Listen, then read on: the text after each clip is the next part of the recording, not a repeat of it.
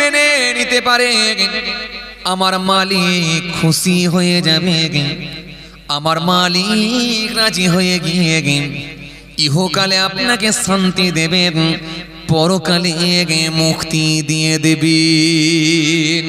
আমার মালিক আপনাকে স্বচ্ছ বানিয়ে দেবেন, আমার মালিক আপনাকে ত্রুটি মুক্ত বানিয়ে দেবেন, আমার মালিক আপনাকে পাপ মুক্ত বানিয়ে দেবে।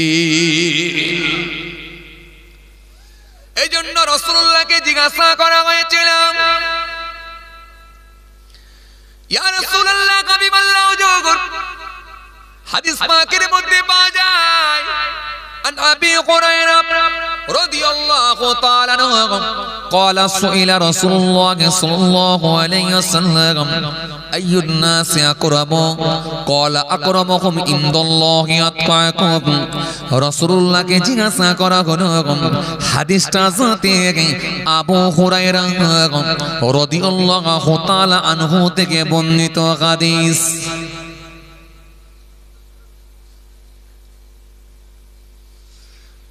কোরআন হাদিসের বয়ান যখন হবে নিশ্চিতভাবে সেখানে অ্যাটেন্ড করার চেষ্টা করবেন, নিশ্চিতভাবে সেখানে অ্যাটেন্ড করার চেষ্টা করবেন। আপনি যতক্ষণ কোরআন হাদিসের বয়ান শুনবেন ভরসা রাখেন আমার আল্লাহ কিন্তু আপনার নেকির খাতায় নেকি চালু রাখবেন। জোরে বলবেন না একটু, মনে রাখবেন এটা এমন একটা জায়গা এখানে কোনো ব্যক্তি কেন্দ্রিক কাউকে আক্রমণ করা হয় না, এখানে কারোর বিরুদ্ধে সমালোচনা করা হয় না, এখানে গালাগালি হয় না, এখানে নাচ গান হয় না, এখানে ফাংশন হয় না। এখানে যতক্ষণ আলোচনা হয় কোরআন হাদিস আল্লাহ রাসূলের কথাই আলোচনা হয়, আউলিয়া কেরামদের আলোচনা হয়। এই জন্য আপনারা যেখানে থাকবেন না কেন কোরআনের মাহফিল যখন হবে সেই মাহফিলে একদম সময় লস করবেন না। যতক্ষণ আপনি বসে থাকবেন, যদি সেটা কোরআন হাদিসের আলোচনার মাহফিল হয়, কোরআন হাদিস দিয়ে যদি ওয়াজ হয়, আপনি যতক্ষণ বসে থাকবেন নিশ্চিতভাবে আমার আল্লাহ আপনাকে সওয়াবের হকদার করবেন। কথা বুঝে আসছে বাবাজি? জি, এটা সেই মাহফিল। জি ভাইরা আমার, বন্ধুরা আমার, সাথী মহব্বতের ভাইরা, রাসূলুল্লাহ একদিন ডাকলেন সাহাবীকে, সাহাবীর নাম হলো হযরতে আবু রাজিম রাদিয়াল্লাহু তাআলা আনহু। ডাকলেন, ডেকে বলেন, বাবা আবু রাজিম, ইয়া রাসূলুল্লাহ, হাবিবাল্লাহ হুজুর বলেন, হে আবু রাজিম, আমি রাসূলুল্লাহ তোমাকে দুটো ওসিয়ত করে যাই, দুটো কথা বলি। ইয়া রাসূলুল্লাহ, হাবিবাল্লাহ হুজুর কি দুটো কথা বলেন? আল্লাহ নবী সাল্লাল্লাহু বলেছিলেন, ও বাবা আবু রাজিম, আমি রাসূলুল্লাহ তোমাকে জানিয়ে দিই, দুনিয়ার জমিনে যে জায়গাতে দেখবে কোরআনের কথা হবে, হাদিসের কথা হবে, আউলিয়া কিরামদের কথা হবে, আমি রাসূলুল্লাহ আমার কথা হবে, ওই মাহফিলে অবশ্যই অবশ্যই গিয়ে অ্যাটেন্ড করবে। কারণ ওই মাহফিলে যাওয়াটা তোমার জন্য আমি রাসূল বলছি জরুরি হয়ে যাবে। আরো জোরে বলেন। সাহাবীকে ডেকে আমার নবী বলছে এই মাহফিলে যাওয়া তোমার জন্য জরুরি হবে। কেন? এটা কোরআনের মাহফিল, হাদিসের মাহফিল, আল্লাহ রাসূলের কথা হয়, ওই মাহফিলে 100% তুমি অ্যাটেন্ড করো, ওই মাহফিলে যাওয়াটা তোমার জন্য জরুরি হয়ে যাবে। সাহাবী বলে, ইয়া রাসূলুল্লাহ, ওয়া হাবিবাল্লাহ হুজুর, ওয়াল্লাহ নবী, আপনি তো বললেন দুটো কথা মেনে নেবে, এটা তো একটা হলো, আর একটা কি বলেন? আল্লাহ নবী বললেন, যখন তুমি একা একা থাকবে, নিরালা জায়গায় থাকবে, ফাঁকা জায়গায় থাকবে, তোমার জিহ্বাটাকে যেন বেকার করে দিও না, জিহ্বাটাকে যেন খারাপ কাজে লাগিয়ে দিও না। চলে যাবে আল্লাহর ঘর বাইতুল্লাহ, মসজিদের মধ্যে চলে যাবে, মসজিদের মধ্যে গিয়ে তোমার জিহ্বাটা আল্লাহ আল্লাহ জিকিরে লাগিয়ে দেবে। আমি রাসূলুল্লাহ বলি এই দুটো কথা যদি মেনতে পারো আমার আল্লাহ বড় খুশি হয়ে যাবে, বড় রাজি হয়ে যাবে। ইহকালে আল্লাহ শান্তি দেবে আর পরকালে আল্লাহর দয়ার জান্নাত দিয়ে দেবে।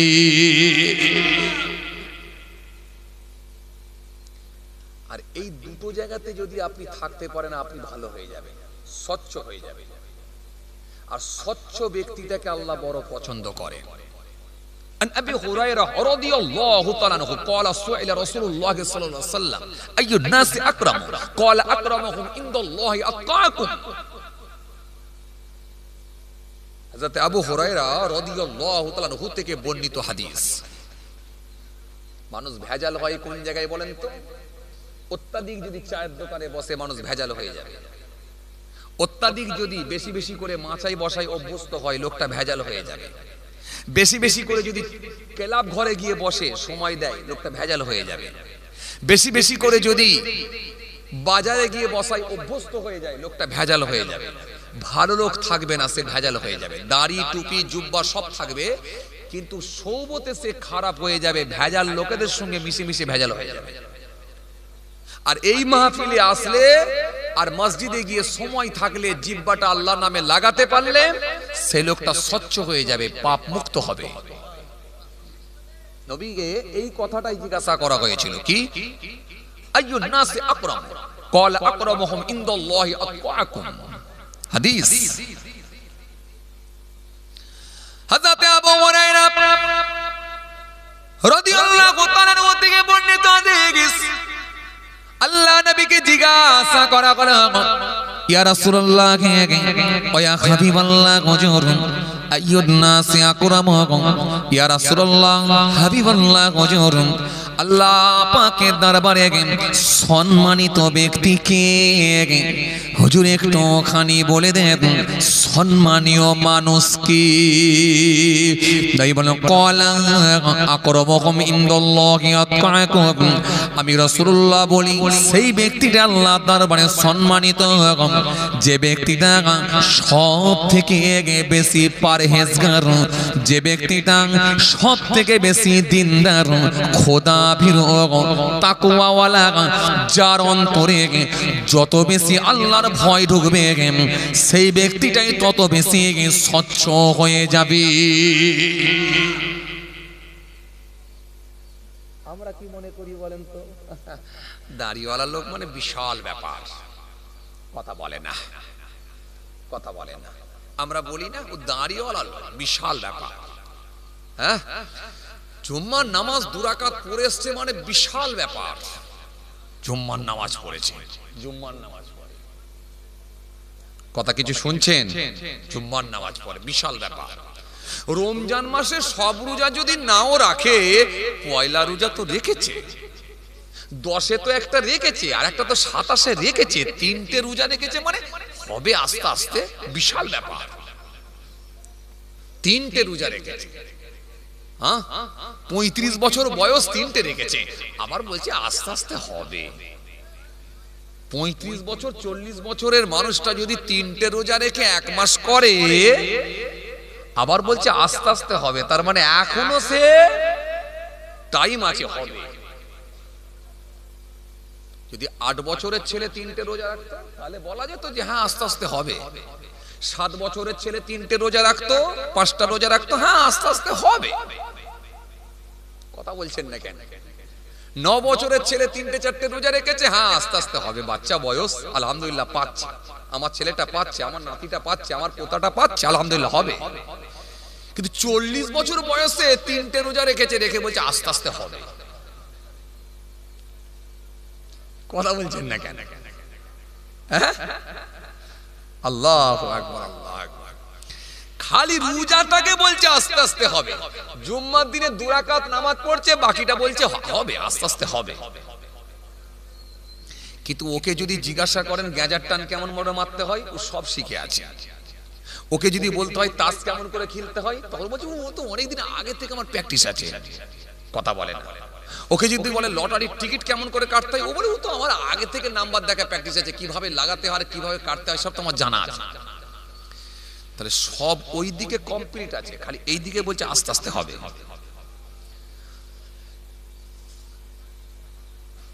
কিছু কথা বুঝতে পারছেন? হ্যাঁ, কথা কিছু বুঝতে পারছেন? এত সহজ নয়। জান্নাতে যাওয়াটা যতটা সহজ আমরা মনে করে নিয়েছি না, ততটা সহজ নয়। যদি দয়া করে আল্লাহ কাউকে জান্নাত দেন তো আলহামদুলিল্লাহ, সে বেঁচে গেল, সেটা ব্যতিক্রম। আর যদি বলেন অঙ্ক বুঝে নেবো, হিসাব বুঝে নেবো, বিশ্বাস করেন ম্যাক্সিমাম লোক জাহান্নামে যাবে। 1000টা লোকের ভেতরে একটা লোক জান্নাতে যাবে। 1000টা লোকের ভেতরে একটা লোক জান্নাতে যাবে। 50,000 মানুষের ভেতরে মাত্র 50টা লোক জান্নাতে যাবে।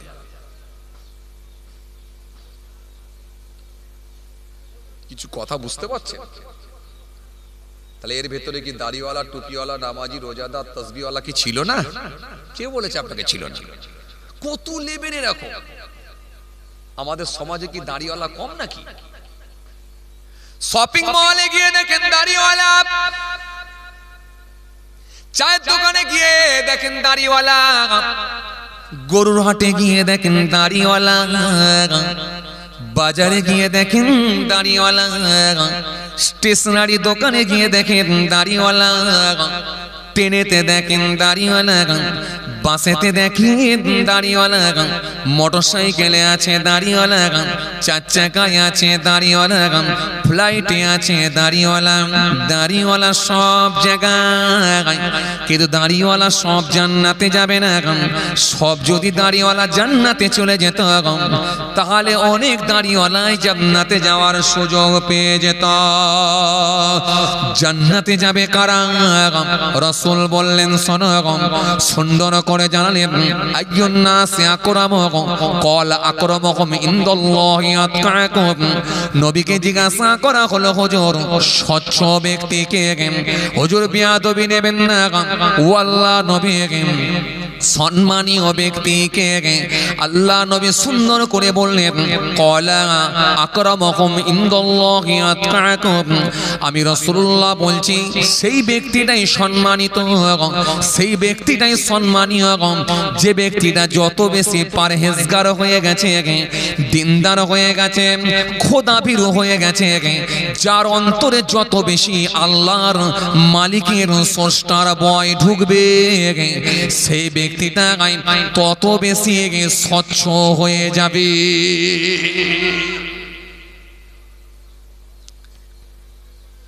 কত দাড়িওয়ালা নেবেন, দাড়িও রেখেছে, বিড়ির টানও দিচ্ছে। আরে কথা বলছেন না কেন? এটা কথা বলে না। কত দাড়িওয়ালা নেবেন, দাড়িও রেখেছে, বিড়ির টানও দিচ্ছে।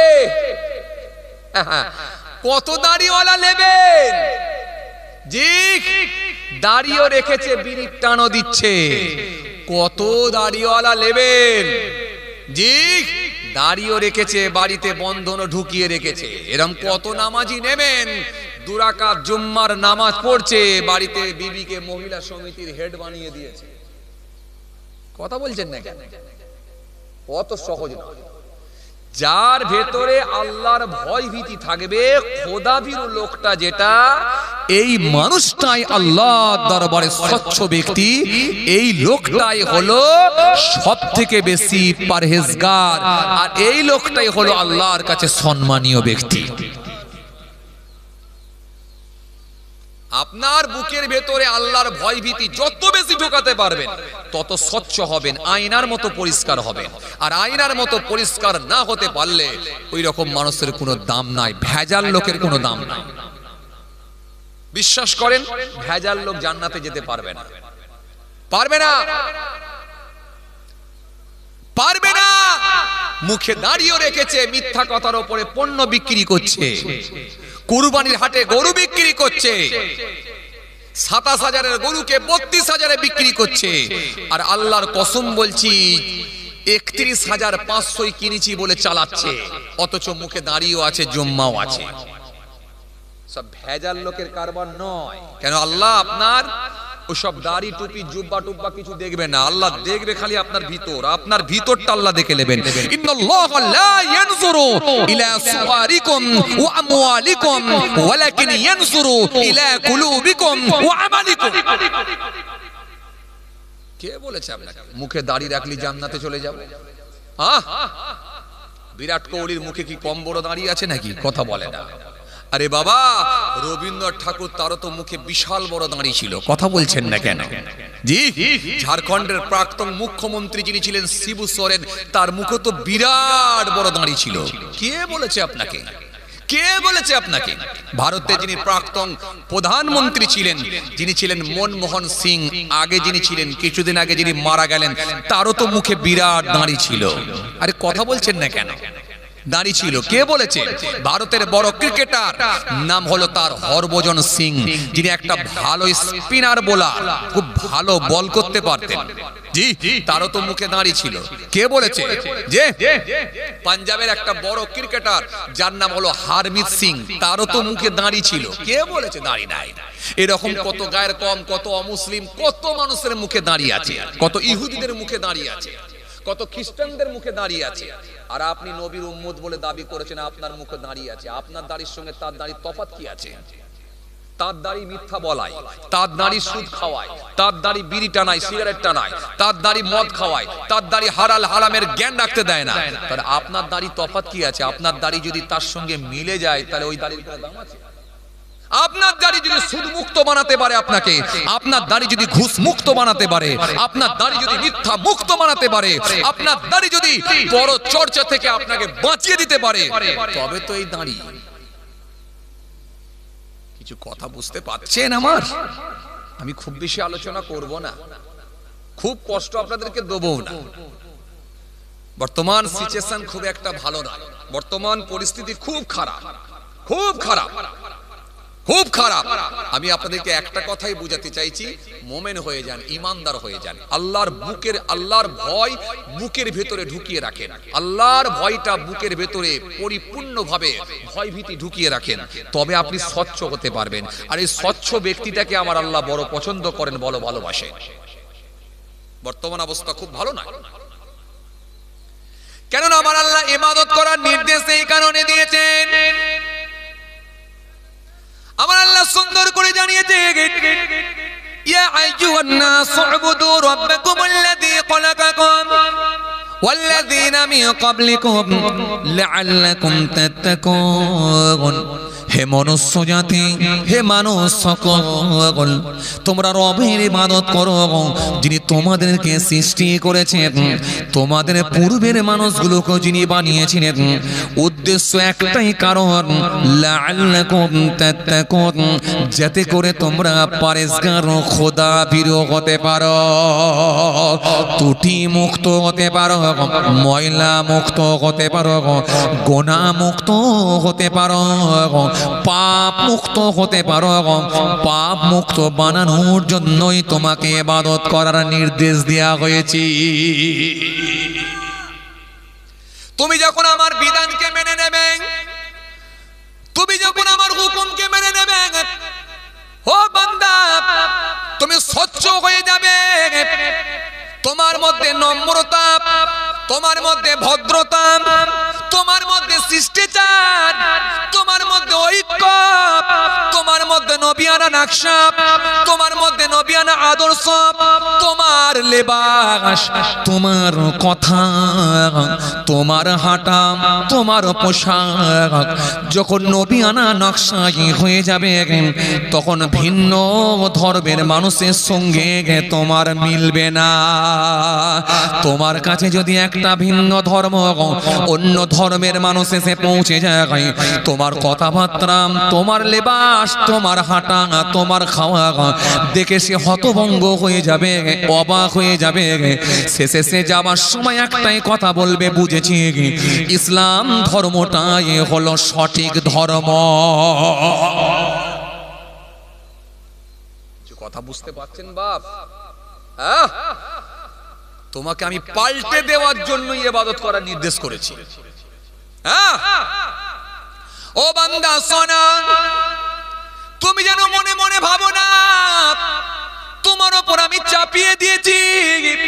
না না, তুমি পারবে যেটা সেটাই আমি দিয়েছি, তুমি যেটা পারবে না সেটা আমি দিই না। ও বান্দা একবার দেখো, তোমাকে আমি ভালো বানানোর জন্যই করার নির্দেশ দিয়েছি, হুকুম মানার নির্দেশ এই কারণে দিয়েছি যাতে করে তোমাকে স্বচ্ছ বানিয়ে দেওয়া যায়, তুমি যাতে করে পরেশগার হয়ে যেতে পারো। তবে জুলুম আমি করি না, তোমার ওপর আমি কোনো চাপিয়ে দিই না। যেগুলো তুমি পারবে সেগুলোই কিন্তু আমি তোমাকে দিয়েছি। আজকের পয়দা হওয়া বাচ্চাকে তো আমি বলি না নামাজ পড়, আজকের পয়দা হওয়া বাচ্চাকে তো আমি বলি না রোজা রাখ, আজকের পয়দা হওয়া বাচ্চাকে তো আমি বলি না জিকির কর, আজকের পয়দা হওয়া বাচ্চাকে তো আমি বলি না জাকাত দাও, এগুলো তো আমি বলি না।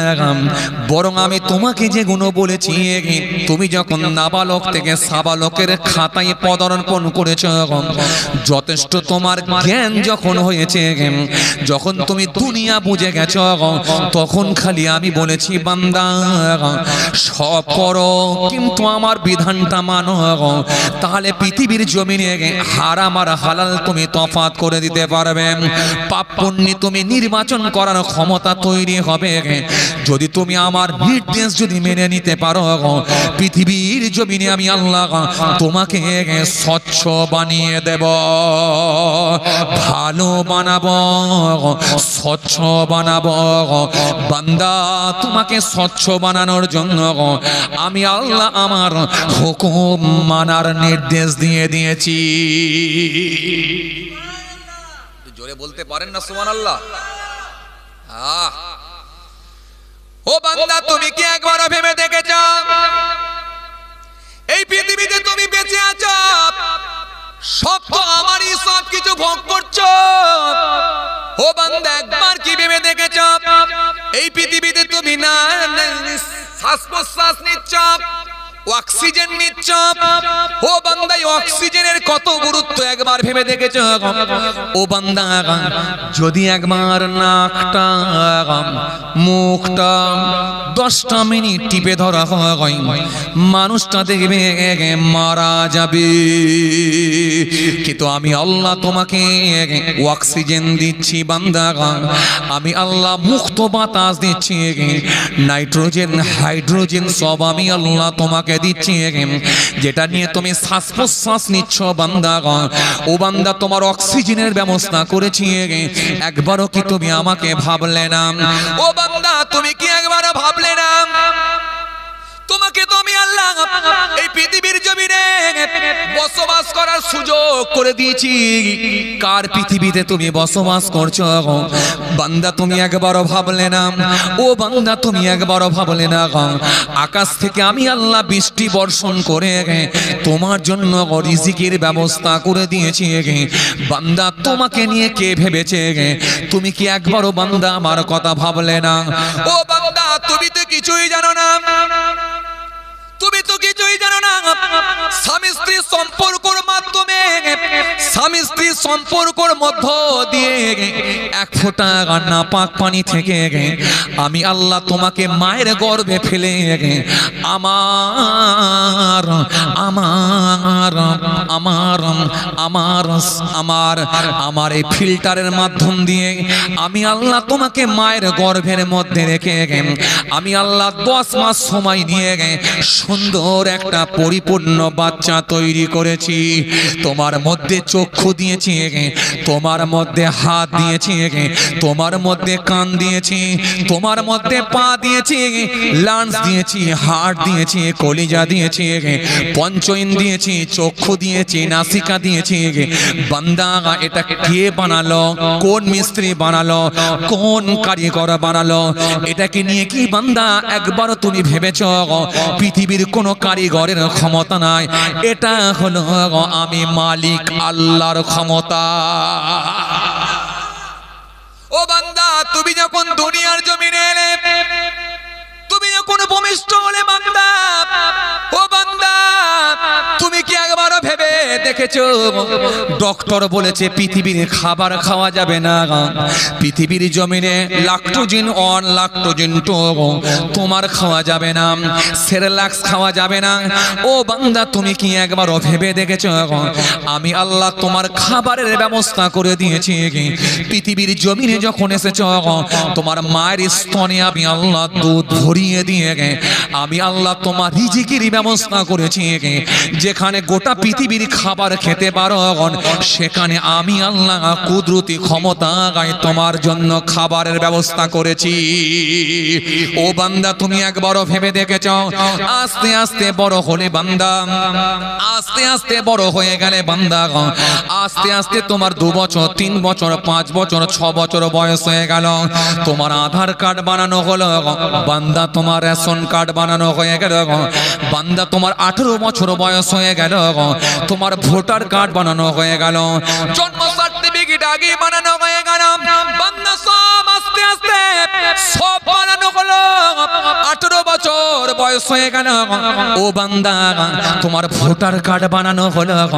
কিন্তু বান্দা তুমি একবারও ভাবলে না আমি যখন বড় হচ্ছি আমার যখন একটা একটা করে ডকুমেন্ট সব রেডি করছি, আমার আখিরাতের ডকুমেন্টসটাও রেডি করা দরকার। যেহেতু আমার আধার কার্ড হয়েছে এবারে আমার নামাজ হবে, যেহেতু আমার ভোটার হয়েছে এবারে আমার রোজা হবে, যেহেতু আমার রেশন কার্ড হয়ে গেছে এবারে আমার মধ্যে আল্লাহর হুকুম মেনে আমি আল্লাহর সন্তুষ্টি অর্জন করব, সেটা হলো রমজান মাসে রোজা রাখব। বান্দা সব তুমি শিখলে খালি আমার হুকুম মানা শিখলে না, অথচ যে তোমাকে নিয়ামত দিয়ে ভরিয়ে রেখেছে খালি তাকে তুমি চিনলে না। আল্লাযী জাআলা লাকুমুল আরদা ফিরাশাও ওয়াস সামাআ বিনাআ ওয়া আনজালা মিনাস সামাই মাআন ফাখরাজা বিহি মিনাস সামারাতি রিজকাল লাকুম ফালা তাজআলু লিল্লাহি আনদাদা ওয়া আনতুম তা'লামুন।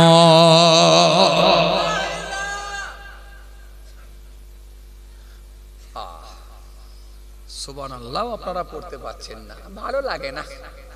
ওই যে সুবহানাল্লাহ পড়লে টাকা পাবো, কথা ঠিক, টাকা যেখানে আমি সেখানে।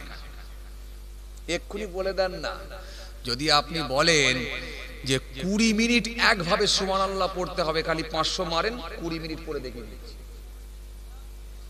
কথা বলছেন না কেন? 500 করে মারেন 20 মিনিট সুবহানাল্লাহ পড়ে দেখিয়ে দিচ্ছি। 1000 টাকা মারেন 1 ঘন্টা সুবহানাল্লাহ বলবো, এক নিঃশ্বাসে পড়ে দেবো, বন্ধ করব না। শোনেন, প্রথমে আপনাদেরকে বলেছিলাম জীবনকে দুটো পার্টে ভাগ করতে হয়, একটা ইহকাল আর একটা পরকাল। ইহকালের জন্য টাকা,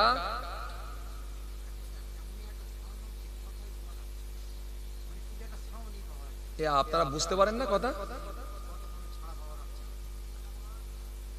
বুঝে যাচ্ছে না? মাইক ম্যান বুঝে যাচ্ছে না বলছে, সাউন্ড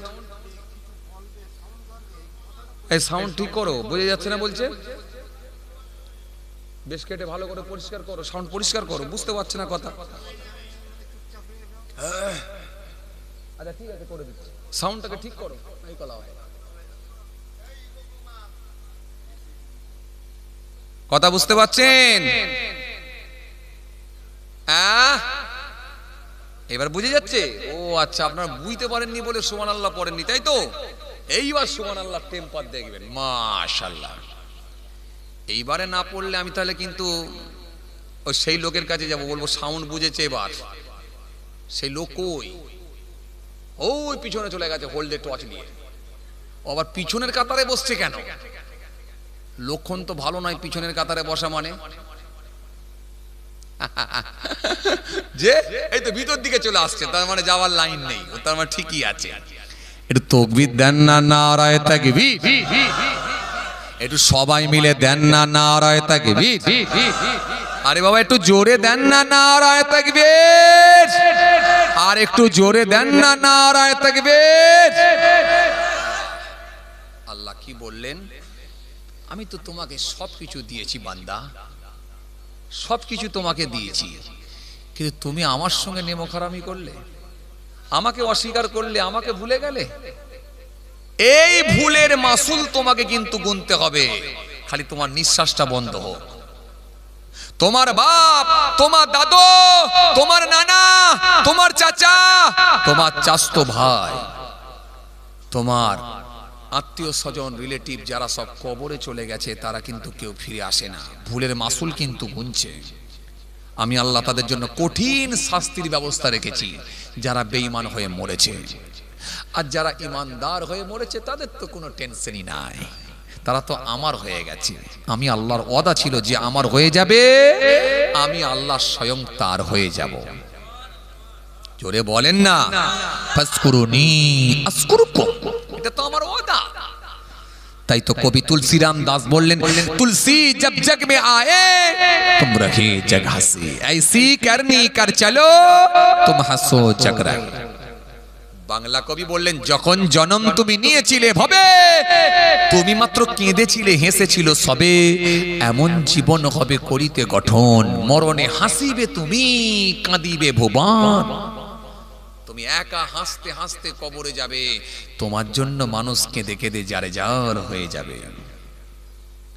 তুমি একাই হাসতে হাসতে যাবে, তোমার জন্য মানুষ কেঁদে যারে যার হয়ে যাবে। খালি তুমি পাল্টে যাও, তুমি খালি পাল্টে যাও, পাল্টে যাও, তুমি খালি পাল্টে যাও, আমার হয়ে যাও। তুমি যদি আমার হয়ে যাও, আমি কথা দিচ্ছি আমি তোমার হয়ে যাব। বান্দা, এই পৃথিবীর জমিনে যদি খুব একটা আরামায়েশের সঙ্গে জীবন যাপন নাও করতে পারো, আমি ওয়াদা দিচ্ছি 100% কবরটা তোমার আরামের জায়গা করে দেবো।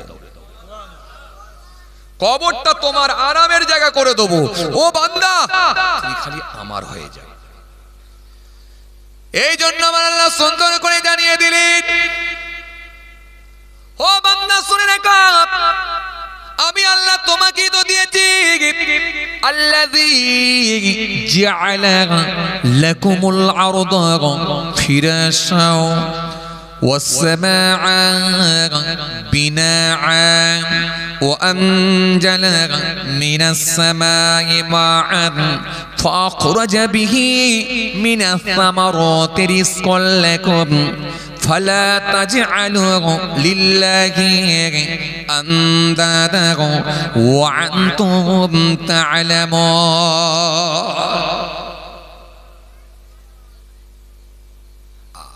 আজকের আলোচনার বিষয়বস্তু কি আছে?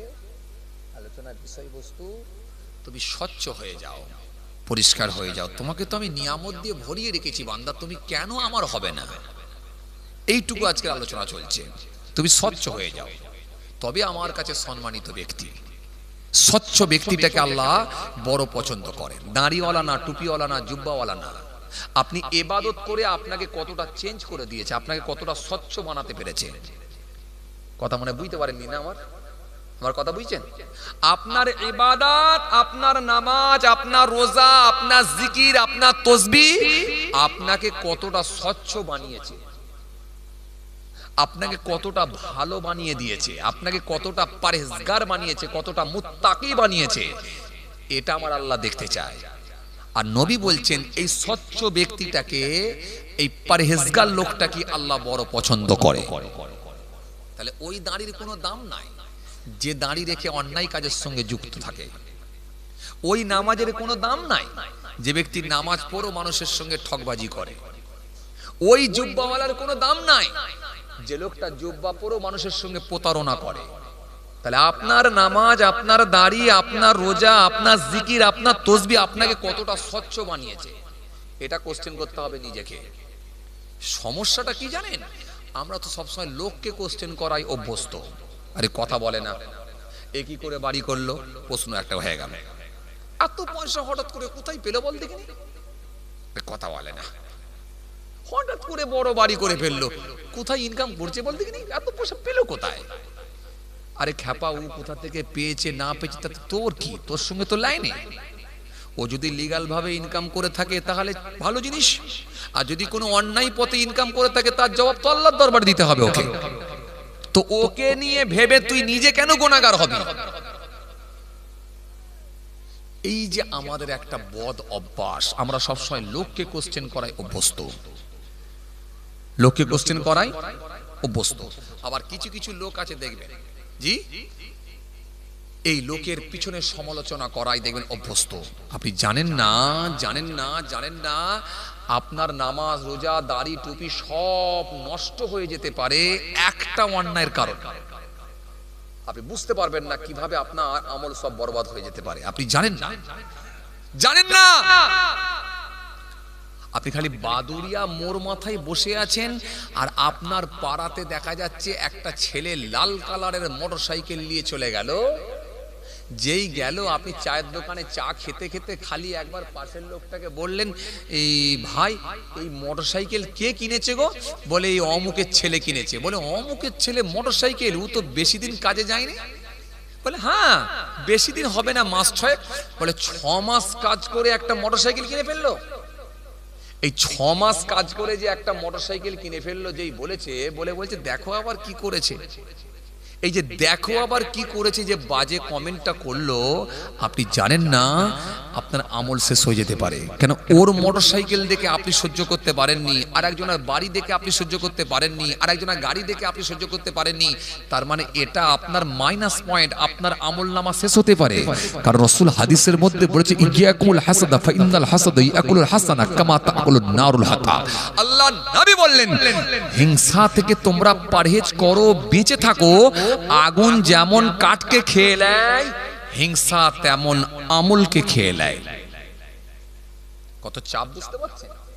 এজন্য আমি প্রথমে যে হাদিসটা বলেছিলাম, নবী বললেন স্বচ্ছ ব্যক্তিকে আল্লাহ পছন্দ করেন, পরহেজগার লোককে পছন্দ করেন। কেন? আপনার ইবাদত করে আপনাকে পরহেজগার বানিয়ে দেবে, আবার ইবাদত করে জাহান্নামী হবে। দুটোই হবে, মনে রাখবেন। ইবাদত করে, নামাজ রোজা করে, দাড়ি টুপি করে পরহেজগার হয়ে জান্নাতি হবে, আবার ইবাদত করে দাড়ি টুপি রেখে নামাজ পড়ে জিকির করে তসবিহ পড়ে জাহান্নামী হয়ে যাবে, খালি স্বচ্ছ ব্যক্তি না হতে পারার কারণেতে। ইবাদতটাকে স্বচ্ছ বানালো না, শেষ শেষ। ইবলিস শয়তানের কি ভাবছেন আপনি এর আমল কম ছিল? সারা পৃথিবীর জমিনে এমন কোন জায়গা নাই যেখানে ইবলিসের সিজদা নাই। 7টা আসমানে এমন কোন জায়গা নাই যেখানে ইবলিসের সিজদা নাই। কিন্তু তার ইবাদত ধ্বংস হয়ে গেল কি কারণে? তার ভেতরে হিংসার অহমিকা ঢুকে থাকার কারণে। কথা বলে না, এই ওয়াজ আপনারা জানেন না তো কথা বলছেন না কেন? তার ইবাদত ধ্বংস হয়ে গেল, তার আমল ধ্বংস হয়ে গেল দুটো জিনিস তার ভেতরে থাকার কারণে। একটা হলো হিংসা, আর একটা হলো অহমিকা, অহংকার। ইবাদত শেষ হয়ে গেল। তাহলে এই পৃথিবীর জমিনে অনেক দাড়িওয়ালা, অনেক টুপিওয়ালা, অনেক তাসবিহওয়ালার ইবাদত ধ্বংস হয়ে যাবে, শেষ হয়ে যাবে, খালি সিস্টেমেটিক না চলার জন্য। ইবাদতকে বাঁচিয়ে রাখতে পারে না। এই ইবাদত করা আর একটা হচ্ছে ইবাদত বাঁচিয়ে রাখা, খুব চাপ, খুব কঠিন। করা যতটা কঠিন, আবার ধরে রাখা, বাঁচিয়ে রাখা এর থেকে আরো কঠিন। কথা কিছু বুঝতে পারছেন বাপ? কথা কিছু বুঝতে পারছেন? জি, আপনি জানেন না কিভাবে আপনার আমল নামা ধ্বংস হয়ে যাবে। ক্বালা ইয়্যাকুম ওয়াযন্না ফাইন্না যন্না আকযাবুল হাদিস। আল্লাহ নবী হাদিস পাকের মধ্যে বলেছেন, যে ব্যক্তিটা আন্দাজে খালি কথা বলবে, ধারণা করে কথা বলবে, এই ধারণা করে কথা বলাটাই হলো মিথ্যা। আপনি জানেন কিভাবে আমল শেষ হচ্ছে? আপনাকে আমি আরেকটা মিসাল দিলে আপনি খুব ভালো বুঝবেন। কেমন? মনে করুন আপনি মাচার উপরে বসে আছেন, আর একেবারে সামনে বাজারের সামনে মাচায় আপনি বসে আছেন, আর আপনার মহল্লার ইমাম কিংবা কোনো একটা ভালো ব্যক্তি, দাড়িওয়ালা টুপিওয়ালা নামাজি ছেলে দেখতে পাচ্ছেন, সেই ছেলেটা যাচ্ছে কোথায়? এই রাস্তাটা পার করেছে, রাস্তাটা ক্রস করেছে, রাস্তাটা পার করেছে। রাস্তাটা পার করে, এই রাস্তাটা পার করে, রাস্তা পার করে একটা সেলুনের দোকান আছে, আর পাশে একটা লটারির দোকান আছে। এখন সে ছেলেটা টার্গেট নিয়েছে, আমি সেলুনের দোকানে গিয়ে একটু চুলদাড়ি সেভ করব। আর আপনি খালি দূর থেকে তাকে এক ঝলক দেখলেন, দেখে বলেন, দেখেছিস ওই যে নামাজ পড়ে রে, দাঁড়িয়ে রেখেছে, ওই দেখ লটারি কাটতে যাচ্ছে। আমার কথা মনে বুঝতে পারেন, বুঝতে পেরেছেন? আপনি কিন্তু শেষ পর্যন্ত দেখলেন না যে ও কোথায় যাচ্ছে, কি করছে। শেষ পর্যন্ত না দেখে খালি ওর রাস্তাটা পার হওয়া দেখে আপনি কমেন্ট করবেন, আপনি জানেন না আপনার আমল শেষ হয়ে গেল। নবী বলেছে ধারণা করে আন্দাজে কথা বলো না, এটা বলাও মিথ্যা হবে।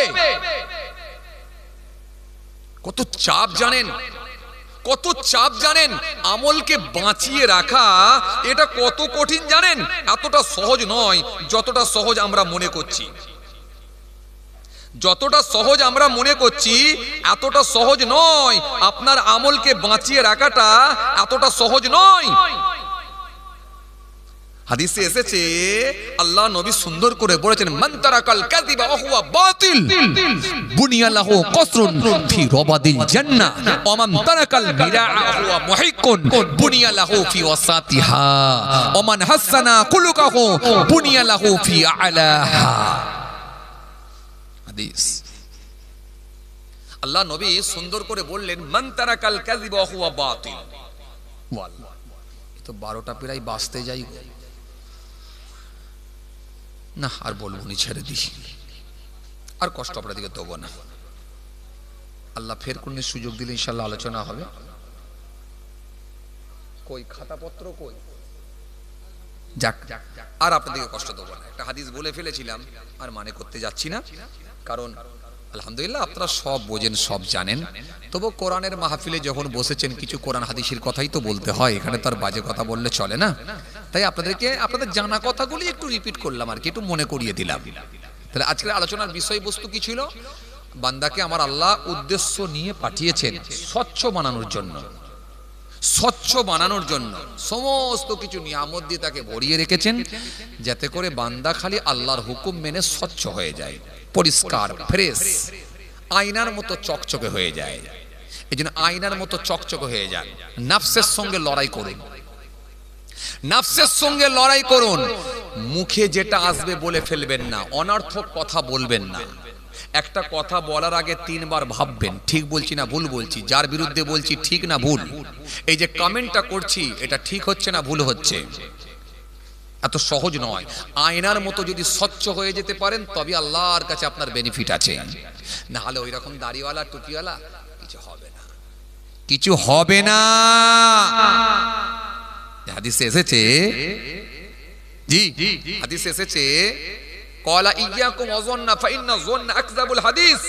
আল্লাহ নবী সুন্দর করে জানিয়েছেন, আবার অন্য জায়গায় বললেন, মান তারাকাল কাযিবা ওয়া হুয়া বাতিল বুনিয়া লাহু কসরুন ফি রাবাদিল জান্নাহ ওয়া মান তারাকাল মিরাআ হুয়া মুহিক্কুন বুনিয়া লাহু ফি ওয়াসাতিহা ওয়া মান হাসানা খুলুকাহু বুনিয়া লাহু ফি আ'লাহা।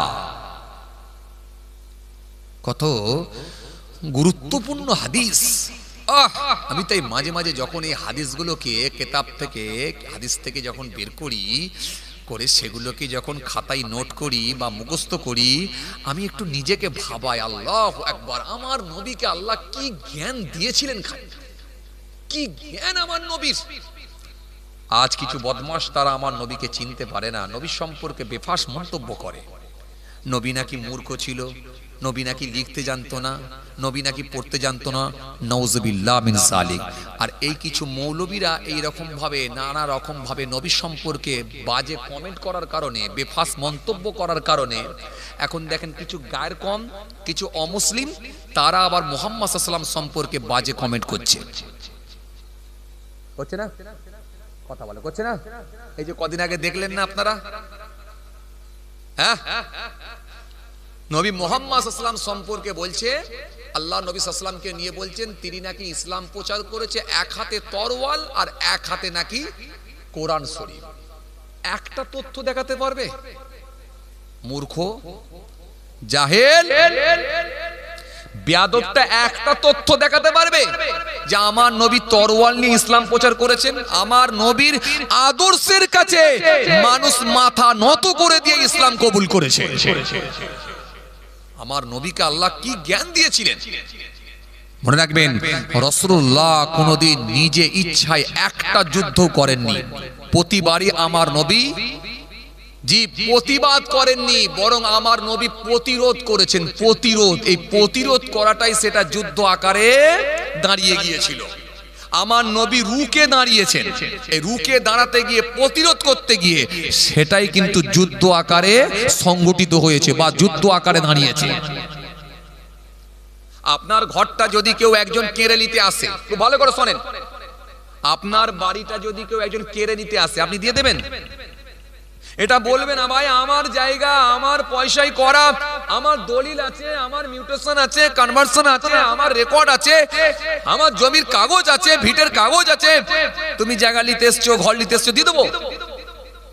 এই যে আপনি রুকে দাঁড়ালেন, এটা আপনি প্রতিবাদ প্রথমে করতে যাননি, আপনি রুকে দাঁড়িয়েছেন, প্রতিরোধ করেছেন। এটাই অশান্তি, এটাই ঝগড়া, এটাই যুদ্ধ হয়েছে। কিন্তু মনে রাখবেন, নবী মুহাম্মদ মুস্তাফা সাল্লাল্লাহু আলাইহি সাল্লাম তিনি জীবনে একটা আপনি তথ্য দেখাতে পারবেন না যে নিজে ইচ্ছায় যুদ্ধ করবেন এরকম বার্তা দিয়েছেন, পৌঁছে দিয়েছেন, এটা দেখাতে পারবেন। বরং আমার নবী সব সময় প্রতিরোধ করেছেন, মানুষকে বোঝাবার চেষ্টা করেছেন। কথা বুঝে আসছে? এটাই ছিল মুহাম্মদ সাল্লাল্লাহু আলাইহি সাল্লাম। টাইসনের মতো মানুষ, গ্যারি মিলারের মতো মানুষ, ওয়ার্নার ক্লাউনের মতো মানুষ, জজ বন্নেশ্বরের মতো মানুষ, দলাই লামার মতো মানুষ, উইলাম মুরের মতো মানুষ, সিসির দাসের মতো মানুষ, কেসিয়া স্কেলের মতো মানুষ, পৃথিবী বিখ্যাত মানুষ যারা এত বড় বড় পপুলার হয়ে গিয়েছিলেন, যাদের জনপ্রিয়তা গোটা পৃথিবী জুড়ে, এই মানুষগুলো বলছে মুহাম্মদ সাল্লাল্লাহু আলাইহি ওয়াসাল্লাম has been the most practical and most successful of all prophets. তুমি আমার নবী সম্পর্কে পড়াশোনা করেছো, স্টাডি করেছো? গুগলে গিয়ে সার্চ করে দেখো শ্রেষ্ঠ মহামানবকে, এক নম্বরে আমার রাসূলুল্লাহর নাম বেরিয়ে আসবে, আমার নবীর নামটা বেরিয়ে আসবে এক নম্বরে। আমার নবীকে নিয়ে তুমি পড়াশোনা করলে না, স্টাডি করলে না, নবী সম্পর্কে বেফাস মন্তব্য করছো, নবী সম্পর্কে নেগেটিভ মন্তব্য করছো, নবী সম্পর্কে তুমি কি বলে নানা রকম কটু কথা বলছো, মনে রেখো সমালোচনা করার আগে তার সম্পর্কে আগে জানতে হবে। মনে রাখো, তুমি এমন একজন ব্যক্তির সম্পর্কে তুমি সমালোচনা করছো বা বাজে কথা বলছো বা বেফাস মন্তব্য করছো, যিনি হলেন সারা পৃথিবীর মুসলমানদের 200 থেকে 300 কোটি মুসলমানের হৃদয়ে যিনি জায়গা করে নিয়েছেন, তিনি হলেন মুহাম্মদ রাসূলুল্লাহ সাল্লাল্লাহু আলাইহি ওয়াসাল্লাম। যার সম্পর্কে আল্লাহ কোরআনে কারীমের মধ্যে বলেছে, ইয়া আইয়ুহাল্লাযীনা আমানু ইসতাজিবু লিল্লাহ ওয়া লিরাসূল ইযা দাআকুম ইয়া আইয়ুহাল্লাযীনা আমানু লা তারফাউ আসওয়াতাকুম ফাওকা সাওতিন নবী মা আতাকুম রাসূলু ফাখুযুহু ওয়া মা নাহাকুম আনহু ফান্তাকু। কোরআন এক জায়গায় নয়, একাধিক জায়গায় তার হাবিবুল্লাহকে নিয়ে আলোচনা করেছেন। ইয়া আইয়ুহাল্লাযীনা আমানু আমিনু বিল্লাহি ওয়া রাসূলিহি ওয়াল কিতাবিল্লাযী নাযালা আলা রাসূলিহি ওয়াল কিতাবিল্লাযী আনজালা মিন ক্বাব ওয়া মা ইয়াকফুর বিল্লাহি ওয়া মালাইকাতিহি ওয়া কুতুবিহি ওয়া রাসূলিহি ওয়াল ইয়াউমিল আখির ফাকাদ দাল্লা দালালাম বাঈদ। ইসলাম ধর্মের যিনি শ্রেষ্ঠ মহামানব, যে মানুষটা যে কথাটা বলেছেন সেটাই শেষ কথা, সে মুহাম্মদ সাল্লাল্লাহু আলাইহি ওয়াসাল্লাম সম্পর্কে তুমি যদি কোনো মন্তব্য করো, তোমাকে একটা নয় বারবার তোমার ভাবা উচিত। মনে রেখো, এটা ভারতবর্ষ বলে তোমরা পার পেয়ে যাচ্ছ, পৃথিবীর অন্যান্য কোনো দেশ হলে না তোমাদেরকে উপযুক্ত শাস্তি দিত গণতান্ত্রিক পদ্ধতিতে। মনে রেখে দিও, নবী মুহাম্মদ মুস্তাফা সাল্লাল্লাহু আলাইহি ওয়াসাল্লাম সম্পর্কে কমেন্ট করতে হলে তোমাকে বারবার ভাবতে হবে, একবার নয়, দুবার নয়, বারবার ভাবতে হবে। নবী হলেন আমাদের ঈমান, সেই নবীর সম্পর্কে তুমি বাজে কমেন্ট করবে, এটা মুসলমানেরা কখনো মেনে নেবে না। ঈমানদার মুসলমানের হৃদয়ে জায়গা করে নিয়েছেন নবী মুহাম্মদ মুস্তাফা সাল্লাল্লাহু আলাইহি ওয়াসাল্লাম। ভাইরা আমার, বন্ধুরা আমার, সাথী মহব্বতের ভাইরা, যে কথা বোঝাতে চাইছিলাম, নবী মুহাম্মদ মুস্তাফা সাল্লাল্লাহু আলাইহি ওয়াসাল্লাম তিনি আদর্শ দেখিয়ে ইসলামের দিকে মানুষকে ইনভাইট করেছেন, আহ্বান করেছেন। তার আদর্শের কাছে মানুষ মুগ্ধ হয়ে গেছে। ইহুদি বিছানায় পায়খানা করে দিয়েছে, নবী মুহাম্মদ মুস্তাফা সাল্লাল্লাহু আলাইহি ওয়াসাল্লাম তিনি নিজে হাতে করে পায়খানা পরিষ্কার করেছেন। সেই ইহুদি নবীর কাছে এসে সারেন্ডার হয়ে গিয়ে মাথা নত করে দিয়ে কালেমা পড়ে ঈমান কবুল করেছে। ইহুদি লোক মসজিদের মধ্যে গিয়ে পেচ্ছাপ করে দিয়েছে, ভাবছে নবী মুহাম্মদ সাল্লাল্লাহু আলাইহি ওয়াসাল্লাম এক্ষুনি সাহাবীকে বলবে আর আমাকে তরওয়াল দিয়ে গর্দান উড়িয়ে দেবে। নবী মুহাম্মদ মুস্তাফা সাল্লাল্লাহু আলাইহি ওয়াসাল্লাম যখন জানতে পেরেছেন তরওয়াল, নবী মুহাম্মদ সাল্লাল্লাহু আলাইহি ওয়াসাল্লাম যখন জানতে পেরেছেন মসজিদের ভেতরে পেচ্ছাপ করে দিয়েছে, মসজিদের ভেতরে পেচ্ছাপ করেছেন, খলিফাতুল মুসলিমিন ওমর ফারুক রেগে পুরো গরম হয়ে গেলেন, খুব রাগী মানুষ ছিলেন। হুজুর আপনি অনুমতি দেন, ওর গর্দান একদিকে ধর একদিকে করে দেবো। আল্লাহর নবী বললেন, না ওমর, ও বোঝে না, ও জানে না, ও বোঝে না, ও জানে না, জানলে বুঝলে এটার করতো না। ওমর খবরদার মেরো না, শোনো আমি রাসূলুল্লাহ মারার জন্য পৃথিবীতে আসি না, আমাকে আমার আল্লাহ রহমাতুল লিল আলামিন করে, আমাকে আমার আল্লাহ বিশ্বের মানুষের কাছে আমাকে আমার আল্লাহ রহমত স্বরূপ করে, আমাকে আমার আল্লাহ আমার আদর্শ দেখিয়ে ইসলামের দিকে মানুষকে ইনভাইট করে আমার আল্লাহ ঈমানের দাওয়াত দেওয়ার জন্য পাঠিয়ে দিয়েছে। ঠিক সেই নবী মুহাম্মদ মুস্তাফা সাল্লাল্লাহু আলাইহি ওয়াসাল্লাম তিনি পেচ্ছাপ পরিষ্কার করছেন, মসজিদের ভেতরে পেচ্ছাপ সাফ করে দিচ্ছেন। নবী মুহাম্মদ সাল্লাল্লাহু আলাইহি ওয়াসাল্লাম তরওয়াল দিয়ে ইসলাম প্রচার করেছিল। পাগলামো করার জায়গা পাও না বেয়াদব, বেয়াদব, তুই পড়াশোনা করেছো, স্টাডি করেছো। আবু বকর সিদ্দিক, ওমর ফারুক, খলিফাতুল মুসলিমিন হযরত ওমর ফারুক, হযরত ওসমান গনি বিদায় হজে 1 লক্ষ সাহাবীকে নিয়ে আমার নবী ভাষণ দিয়েছিলেন, যারা আমার নবীর আদর্শের কাছে মুগ্ধ হয়ে গিয়ে কালেমা পড়ে তারা ঈমান কবুল করেছিল। তারা আজকে নবীর জন্য জীবন দিতে তৈরি হয়ে গেল, এই নবীর আদর্শের কাছে তারা মুগ্ধ হয়ে গেল। নবী মুহাম্মদ সাল্লাল্লাহু আলাইহি ওয়াসাল্লাম নাকি তরওয়াল দিয়ে ইসলাম প্রচার করেছে। বেয়াদব, তুমি বোঝো, তুমি জানো। বন্ধুরা আমার, সাথী মহব্বতের ভাইরা, এরকম কিছু ভণ্ড মানুষ বেরিয়েছে, তারা আমার নবীকে নিয়ে নানা রকম কটু কথা বলে, নানা রকম কুমন্তব্য করে। চলুন, করার কিছু নেই, দেশের হাওয়া অন্যরকম হয়ে গেছে, দেশের হাওয়াটাই অন্যরকম হয়ে গেছে। সাম্প্রদায়িকতার একটা হাওয়া তৈরি করে দিয়েছে দেশে। কিছু সাম্প্রদায়িক মানুষ তারা দেশের মধ্যে যেভাবে অরাজকতা চালাচ্ছে, হিংসার বাতাবরণ তৈরি করেছে, মানুষে মানুষের ভেদাভেদ তৈরি করে দিচ্ছে, জাতের লড়াই লাগিয়ে দিয়ে সাম্প্রদায়িক দাঙ্গা বিভিন্ন স্টেটে বিভিন্ন রাজ্যে শুরু করে দিয়েছে। আজকে মানুষ সেগুলোকে কিছু মানুষ তারা মেনে নিয়েছে। এই জন্য মনে রাখবেন, আজকে বর্তমান সিচুয়েশন তো আর ভালো নয়, দেশের তো আর আইনের ব্যবস্থা নাই, এখানে আপনি কি করবেন? যাই হোক, মনে রাখবেন আমরা কিন্তু এটাই বিশ্বাসী, আমার মালিক স্রষ্টা তিনি আহকামুল হাকিমিন, তিনি হলেন উত্তম বিচারক। তিনি যখন বিচার করবেন, তিনি যখন বিচার করবেন, তিনি যখন বলবেন, তিনি যখন ধরবেন, তখন তুমি যেই হও না কেন পালাবার কোনো জায়গা পাবে না। কোরআন তাই স্পষ্ট ঘোষণা দিয়েছে, ওয়ালাকাদ আহলাকনাল কুরুনা মিন ক্বাবলিকুম লাম্মা যালামু ওয়া জাআতুহুম রাসূলুহুম বিল বাইয়িনাত ওয়া মা কানু লিউমিনু কাযালিকা নাজজিল কওমাল মুজরিমিন। কথা বুঝে আসছে? আলোচনা আর বেশি আপনাদের খেদমতে করব না, দীর্ঘায়ু করব না সময়, কারণ আবার কালেকশনের ব্যাপার আছে। আসুন ছোট্ট করে দাঁড়িয়ে একটু সালাম করি, দোয়া হবে। হে নবী,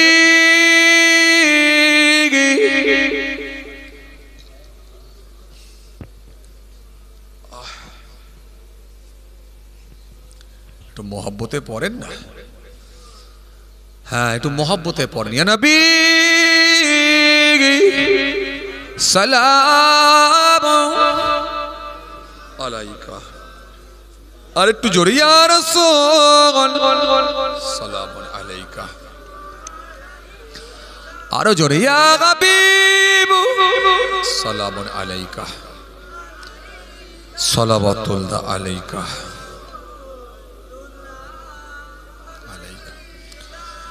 আজ ঈদে মুবারক, আজ রোজে মুসররত,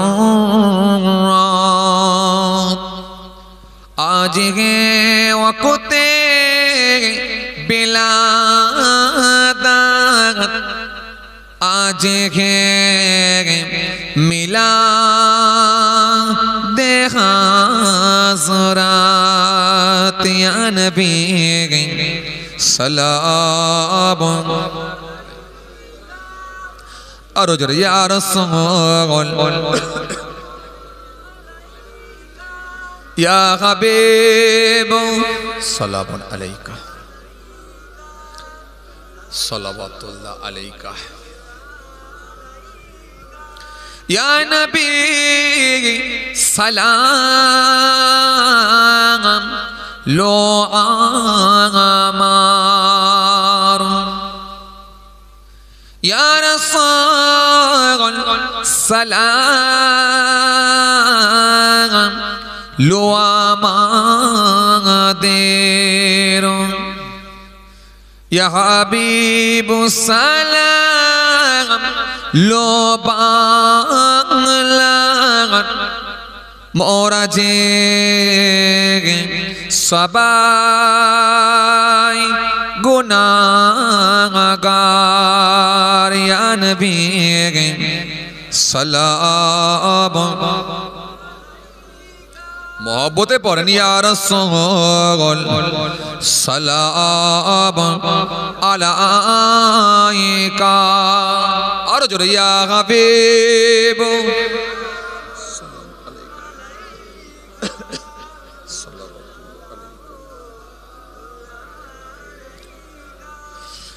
मीमू से मदीने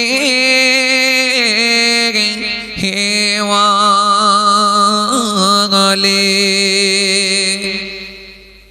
हे से हसमी हे वाले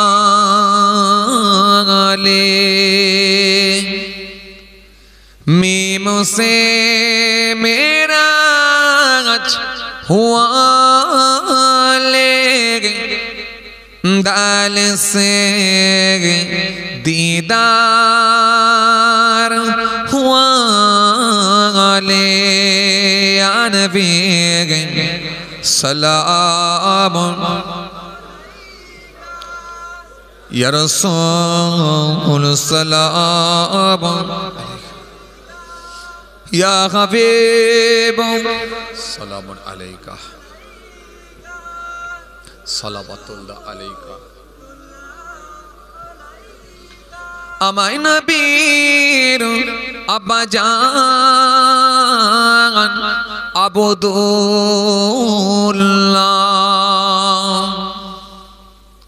আমায় নবীর আম্মা জান আমিনা আমায় নবীর দুধমা হালিমা আমায় নবীর রওজা মদিনা ইয়া নবী সালাম আরো জোরে ইয়া রাসূল সালাম ইয়া হাবিব সালামুন আলাইকা সালাওয়াতুল্লাহ আলাইকা